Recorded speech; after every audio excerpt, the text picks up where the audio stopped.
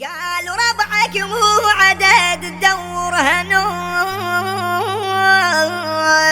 الطينة تفرق بالوصف على الجوهرة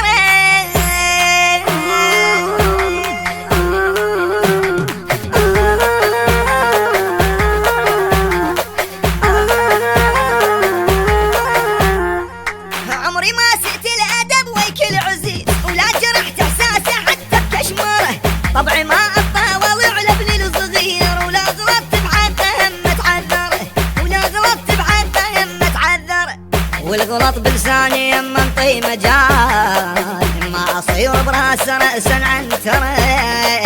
جائز يحس بخطأ ويكسر قرار ويرجع برايه أسف عما جاره ويرجع برايه أسف عما جاره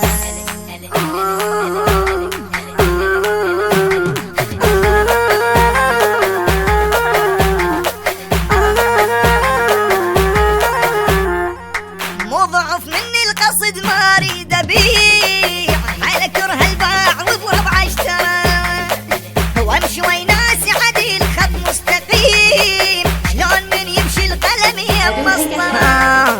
امرا يصير الا الطلب من عيني شوف حتى نبهل كان خله بمنظره وليش اجامل وحش شين ومره زين العدل عدل شبيه اقول مكسره